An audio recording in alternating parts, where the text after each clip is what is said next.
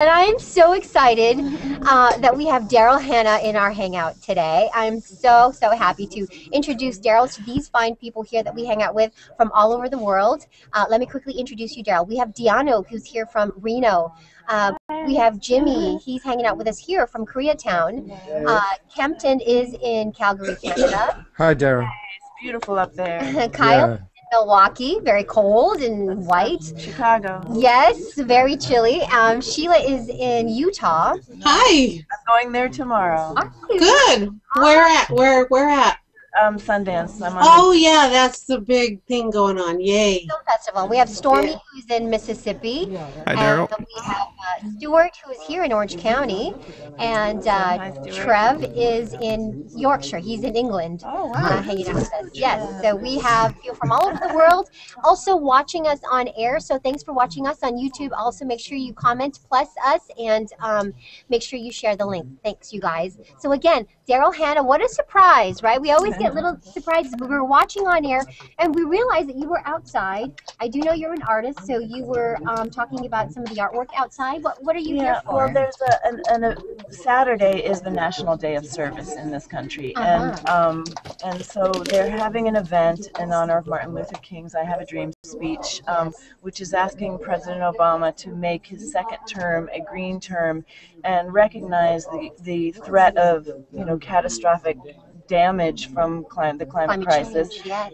Which is reflected obviously in Superstorm Sandy and Katrina and everything. And so there's going to be over 130 artists that are coming down, and they're going to be painting live, and then all the paintings will be auctioned off for Sandy relief. Oh. And also there's going to be a petition, which is also online right now.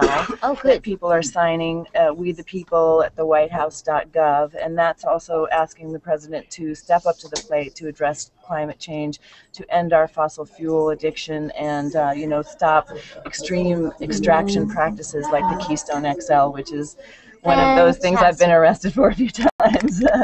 Protesting. What a good cause. We were just talking at great length yesterday about climate change and the day before, so it's fantastic timing. So this event is happening this Saturday. Yes, this Saturday, and then there's also a green inaugural ball in D.C. on the 20th. Well, that is wonderful, and I know that you guys are involved, well, many of you anyway, in that movement. I know you also have some questions for Daryl, so can I turn it over to a couple of questions from everybody? Please. If anyone has a question, please get my attention, and I will go to you.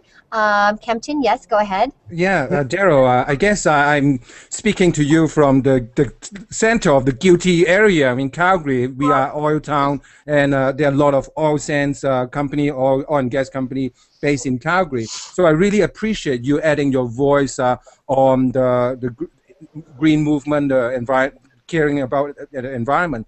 So I want to ask you, what can Calgarians, what can Albertans do to help this cause? It seems like at the same time a lot of people are employed by those companies too, right? Yeah, of course. And I mean, the thing is that it seems very obvious that we as a species need to recognize the destruction that comes from our incredible continued use of fossil fuels. Yeah. And the fact is, we already have ways to produce energy and to produce fuel that are not destructive to the environment and not destructive to our own health and not contaminate our water and our land, our soil, our food. We just need the political will to employ them. And unfortunately, that's very hard to get political will when you have the wealthiest companies in the history of money being the ones to influence politics. I mean, you've got to get the money out of politics.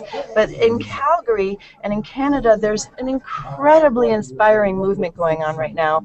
I don't know how much you guys have heard about the Idle No More movement. There's a chief, Teresa Spence, has been on a hunger strike for almost over a month now. The Idle No More movement has really brought together Indigenous communities and supporters of those Indigenous communities in an incredible call to action that is spread around the world. In fact, I've seen people in London and all over the place that are voicing their support and their solidarity with Idle No More, that are really standing up for the rights of ecosystems as well as people to live in a world that is healthy and to be able to thrive. I totally agree with you.